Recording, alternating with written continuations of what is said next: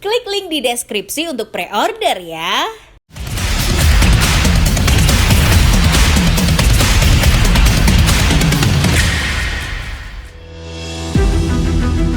Bursa transfer di liga-liga top Eropa memang sudah ditutup, tapi untuk beberapa negara, terutama di benua Asia, transfer pemain masih bisa dilakukan. Bahkan Liga Jepang membuka jendela transfernya hingga 20 Maret mendatang. Itu karena kalender Liga Jepang menggunakan kalender tahunan, bukan kalender 2 tahunan seperti di liga-liga Eropa. Maka dari itu, pembahasan tentang transfer pemain masih cukup hangat di sepak bola Asia. Nah, yang mungkin kalian tidak sadar, banyak pemain Indonesia yang memutuskan pindah klub di jendela transfer kali ini. Penasaran siapa saja? Berikut adalah pemain Indonesia yang memutuskan pindah klub di awal tahun 2025. Namun, sebelum kita bahas satu persatu, kalian bisa klik tombol subscribe dan nyalakan lonceng terlebih dahulu agar kalian tak ketinggalan konten terbaru dari Starting Eleven.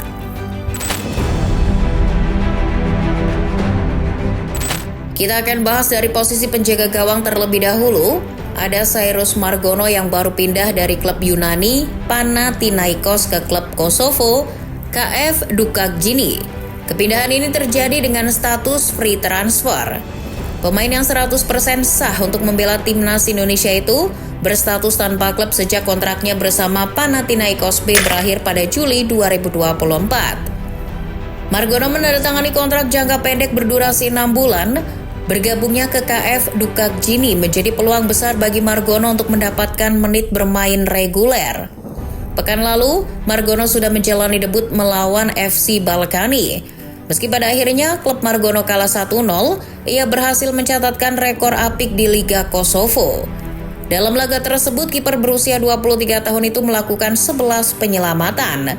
Mengutip dari akun Instagram Modir Management, catatan 11 save itu merupakan jadi yang tertinggi di Liga Kosovo sejak 2022.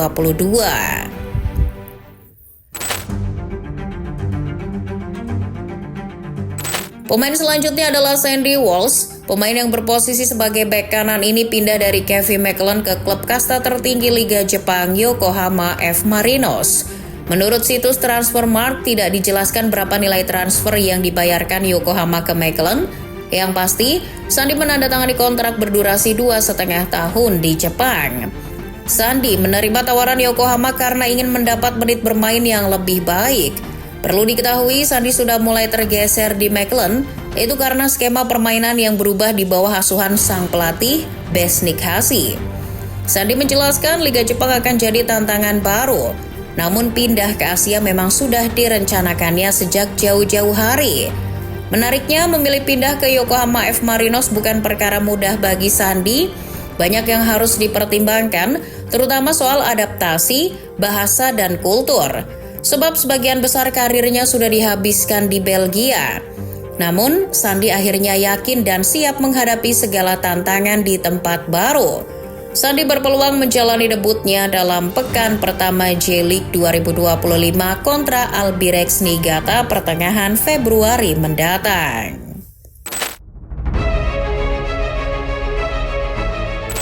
Jika berbicara pemain Indonesia yang pindah klub, kurang afdol jika tak memasukkan nama si anak lanang Pratama Arhan.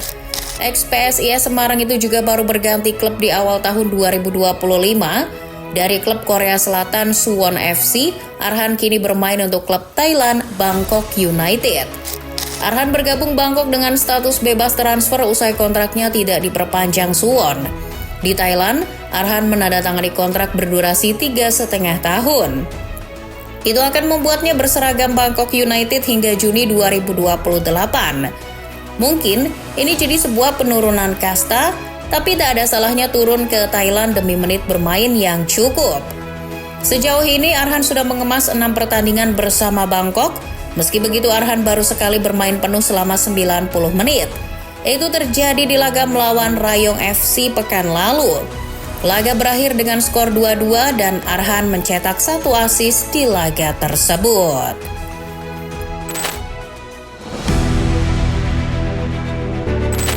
Kevin Dix baru saja menandatangani kontrak selama 5 tahun di raksasa Bundesliga Borussia Mönchengladbach. Meski begitu, Kevin belum bisa debut untuk Gladbach. Kevin baru resmi pindah pada musim 2025-2026. Sebab Gladbach sepakat dengan FC Copenhagen untuk kepindahan Kevin secara gratis di akhir musim. Dengan kesepakatan transfer ini, nilai pasar Kevin mengalami peningkatan. Kini harganya berada di angka 4,5 juta euro, naik 500.000 euro dari sebelumnya. Peningkatan nilai pasar Kevin tak lepas dari performanya yang konsisten bersama FC Copenhagen dan debutnya bersama Timnas Indonesia.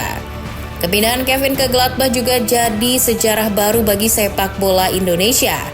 Kak Kev akan menjadi pemain Indonesia pertama yang merumput di Bundesliga, salah satu dari 5 liga terbaik di dunia. Kabarnya Kevin didatangkan bukan sebagai pelengkap, melainkan akan memikul peran vital di lini pertahanan Gladbach. Berikutnya dari pemain muda Timnas Indonesia, Mesyal Hamzah. Persija Jakarta memutuskan untuk meminjamkan pemain keturunan Sudan itu ke klub kasta tertinggi Liga Thailand, Nakhon Pathom United FC. Mesyal dipinjamkan hingga akhir musim 2024-2025 tanpa ada klausul pembelian secara permanen.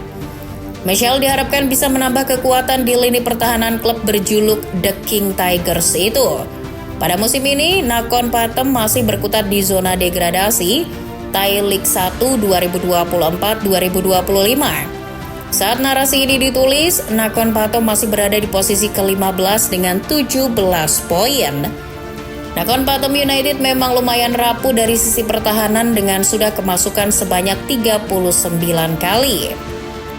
Ini jadi kali kedua Macan Kemayoran meminjamkan Mesyal. Sebelumnya pemain berusia 20 tahun itu dipinjamkan ke PSBS Biak di paruh pertama musim 2024-2025. Namun, bersama PSBS, lulusan Akademi Asiop itu hanya dimainkan dalam 2 pertandingan dengan total 103 menit bermain.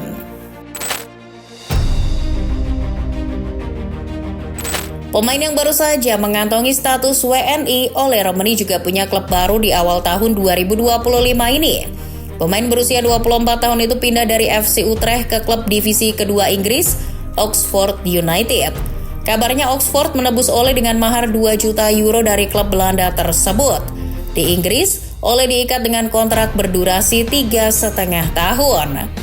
Namun setelah bergabung, perkembangan Romani cukup lambat. Sejak pertama kali diperkenalkan, Romani baru mencatatkan 3 penampilan di divisi Championship.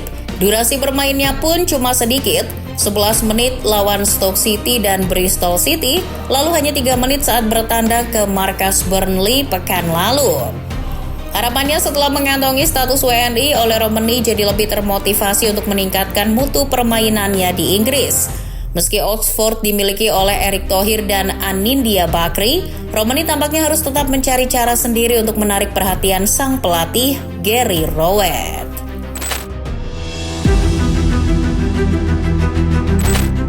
Pemain terakhir yang punya klub baru di awal tahun 2025 datang dari tim nasional putri. Dia adalah Estella Lopati. Berbeda dengan Sandy Walsh yang keluar dari Liga Belgia pada akhir Januari kemarin, Estella justru dikabarkan resmi bergabung klub Liga Belgia Wanita Zulte Waregem dari klub kasta ketiga Belanda Amsterdamse. Ya, ini adalah klub yang sama dengan klub yang pernah dibela Sandy Walsh beberapa tahun lalu. Bedanya tim yang dibela Estella adalah tim wanitanya. Sialnya, performa Waregem Wanita jauh di bawah ekspektasi.